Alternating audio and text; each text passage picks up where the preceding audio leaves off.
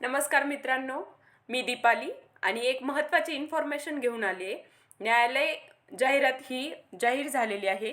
Mumbai high court म्हणा किंवा औरंगाबाद खंडपीठ म्हणा, औरंगाबाद म्हणजेच आपलं संभाजीनगर खंडपीठ म्हणा, नागपूर खंडपीठ ह्याच्यामध्ये रिक्त पदं जाहीर झालेले आहेत। फक्त जाहीरच नाही झाले तर फॉर्म भरण्यासाठी लिंकही कालपासून चालू झाली आहे। तर आज आपण या व्हिडिओमध्ये पूर्ण माहिती बघणार आहोत की कोणत्या पदाच्या किती जागा आहेत।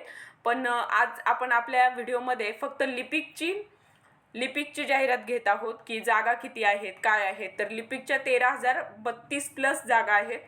मग आपण ह्याच्यात मुंबई खंडपीठासाठी किती आहेत, नागपूर खंडपीठासाठी किती आहे आणि औरंगाबाद खंडपीठासाठी किती जागा आहेत हे सर्व बघणार आहोत। त्याच्यानंतर शैक्षणिक पात्रता किती आहे, आपलं वयवर्ष, कमाल वय किती, किमान वय किती, हे सर्व आपण आजच्या व्हिडिओमध्ये बघणार आहोत। A to Z सर्व माहिती या पूर्ण व्हिडिओमध्ये तुम्हाला लिपिक या पदासाठी भेटून जाणार आहे। तर सुरू करूयात आज आपण आपल्या व्हिडिओला। मुंबई उच्च न्यायालय प्रमुख खंडपीठ मुंबईसाठी लिपिक या पदासाठी अर्ज सुरू झालेले आहे। ऑनलाईन अर्ज मागवण्यात येत आहे आणि ह्याची जी निवड यादी आणि प्रतीक्षा यादी आहे ही 2 वर्षांसाठी वैध राहील। आत्ताच गव्हर्नमेंटने हे जाहीर केलंय की प्रत्येक प्रतीक्षा यादी ही 2 वर्षासाठी वैध राहील। तर बघा, पदाचा तपशील दिलेला आहे। त्याच्यानंतर पदाचे नाव बघा, लिपिक मुंबई उच्च न्यायालय मुंबई। एकूण रिक्त पदं किती आहेत मुंबईसाठी, तर 830 हे रिक्त पदे आहेत। त्याच्यात दिव्यांगासाठी 4% आरक्षण, 33 जागा आहेत आणि निवड यादी 797। प्रतीक्षा यादी ही 200 जणांची लागेल। त्याच्यानंतर आहे नागपूर खंडपीठ। एकूण रिक्त पदे 166 आहे। दिव्यांगांसाठी 4% आरक्षण, त्यातले 7 पदं असतील। निवड यादी 159 ची लागेल आणि प्रतीक्षा यादी ही 40 जणांची लागेल। औरंगाबाद खंडपीठ म्हणजे आपलं संभाजीनगर, छत्रपती संभाजीनगर खंडपीठासाठी एकूण रिक्त पदे 336 आहेत। दिव्यांगांसाठी 4% आरक्षण म्हणजे 13 जागा आहेत। निवड यादी 323 असेल आणि प्रतीक्षा यादी ही 81 जणांची असेल। आता वेतन श्रेणी बघा, याला वेतन श्रेणी ही 29,200 ते 92,300 ही वेतन श्रेणी असेल। यात नियमानुसार लागू भत्त्यांसह हे सॅलरी तुम्हाला भेटेल। दिव्यांगांसाठी राखीव पदे उच्च न्यायालयाने मार्गदर्शक तत्त्वे ठरवल्यानंतर भरली जातील। ही माहिती त्यांनी याच्यात दिलेली आहे। त्याच्यानंतर पात्रतेच्या अटी काय आहेत, तर पहिला प्रश्न येतो वयोमर्यादा। तर वयोमर्यादा बघा, खुल्या प्रवर्गासाठी किमान वयोमर्यादा 18 आहे, तर कमाल वयोमर्यादा ही 38 आहे। म्हणजे 18 ते 38 वर्षातील जे कोणी लोकांनी टायपिंग वगैरे केलेली आहे, काय शैक्षणिक पात्रता आहे हे आपण खाली बघणारच आहोत। या सर्वांना हा अर्ज भरता येणार आहे। SC ST OBC SBC यांच्यासाठी 5 वर्ष सूट दिलेली आहे, म्हणजे 18 वर्ष ते 43 वर्ष ही अट असेल। त्याच्यानंतर हे बघा, उच्च न्यायालय शासकीय कर्मचारी यांच्यासाठी 18 वर्ष आणि कमाल वयोमर्यादा त्यांना लागू नाही। म्हणजे जे शासकीय कर्मचारी आहेत आधीच किंवा उच्च न्यायालयात आधीच काहीतरी जॉबला आहेत त्यांच्यासाठी कमाल वयोमर्यादा लागू नाहीये। आता शैक्षणिक पात्रता काय आहे, तर मान्यताप्राप्त विद्यापीठाची पदवी आवश्यक आहे। कायद्याची पदवी जर असली म्हणजे लॉ जर असेल तर त्यांना प्राधान्य असेल। मग त्याच्यानंतर दुसरी अट आहे बघा, इंग्रजी टायपिंग 40 शब्द प्रति मिनिट किंवा त्यापेक्षा अधिक वेगाचे प्रमाणपत्र आवश्यक। हे कोणाचं, GCC ITI GCC TBC MSc यांचे जर तुमचं प्रमाणपत्र असेल तर ते पात्र असतील। आणि तिसरी अट, संगणकाच्या ज्ञानाचे प्रमाणपत्र आवश्यक म्हणजे MSc IT पाहिजे। तर ह्या तिन्ही अटी तुमच्यासाठी आवश्यक आहे। या तिन्ही अटी जे कोणी पूर्ण करते हे अर्ज करू शकतात।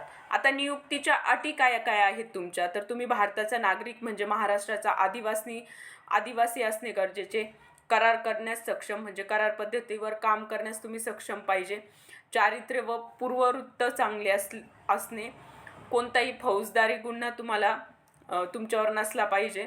त्याच्यानंतर 28/3/2005 नंतर जर तुमचं लग्न झालेलं असेल आणि तुमचे जर अपत्य असतील तर ते 28/3/2005 नंतर 2 पेक्षा जास्त अपत्य नसावेत। एकापेक्षा अधिक जिवंत जोडीदार नसणे, म्हणजे जर मुलगी आहे तर एकच पती आणि मुलगा जर असेल तर एकच पत्नी त्याची असावी.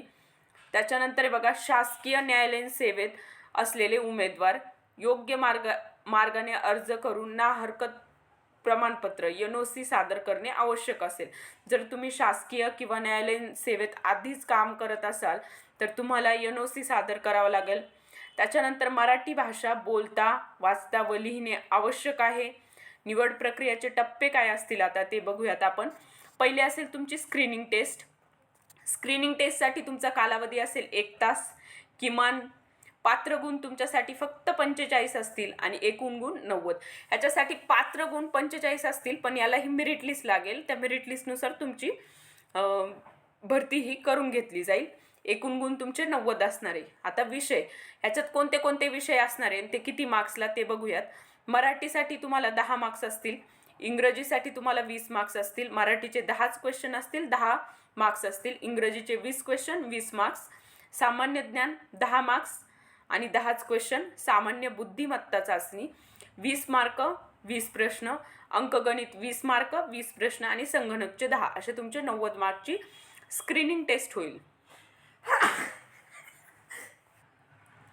त्याच्यानंतर बघा, स्क्रीनिंग टेस्टमध्ये अपयशी उमेदवार टायपिंग टेस्टसाठी पात्र ठरले जाणार नाही आहेत. आणि टायपिंग टेस्ट बघा, कालावधी 10 मिनिटे असेल. 400 शब्दांचा उत्तर असेल तुमचा.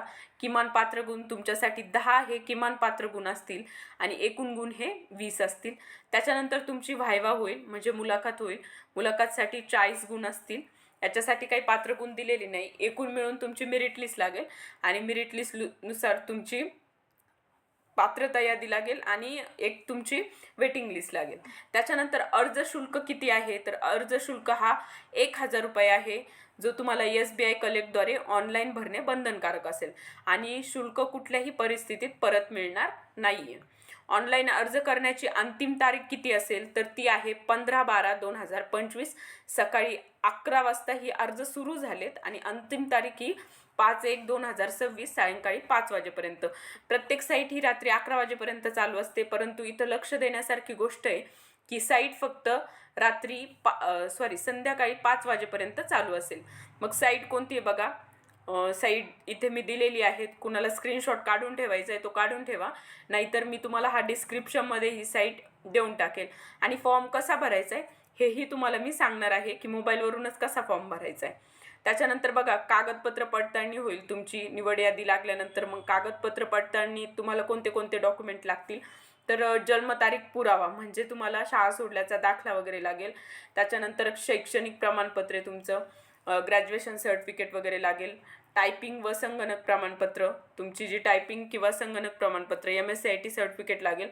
त्याच्यानंतर आहे कास्ट सर्टिफिकेट, जात प्रमाणपत्र. जर तुम्ही कास्टमधून फॉर्म भरलाय तर कास्ट सर्टिफिकेट लागेल. आदिवासी प्रमाणपत्र म्हणजे तुमचं डोमिसाईल सर्टिफिकेट. चारित्र्य प्रमाणपत्र फॉर्म A तुमचं नॉन क्रिमिलियर हे लागेल. त्याच्यानंतर NOC लागू असल्यास NOC लागेल. तुम्ही जर शासकीय कर्मचारी आहात तर इथं NOC लागेल. निवड व प्रतीक्षा यादी, गुणवत्तेनुसार निवड व प्रतीक्षा यादी प्रसिद्ध केली जाईल. वैधता 2 वर्ष असेल, मी आधीच सांगितलंय. आणि प्रतीक्षा यादीत नाव असणे म्हणजे नियुक्तीचा हक्क मिळतो असे नसते. बाकी काय काय सूचना आहे बघा. वैद्यकीय तपासणी व पोलीस पडताळणी आवश्यक राहील. सुरुवातीला 2 वर्ष परिवीक्षाधीन कालावधी असेल. खोटी माहिती असल्यास उमेदवार नोकरी रद्द केली जाईल. फॉर्म A म्हणजे चारित्र्य प्रमाणपत्र बघा दिलेलं आहे त्यांनी. असे प्रमाणित करण्यात येते की श्री कुमारी श्रीमती डॅश डॅश श्री ह्यांचे पुत्र कन्या पत्नी राहणार ही मला मागील वर्षापासून परिचित आहेत.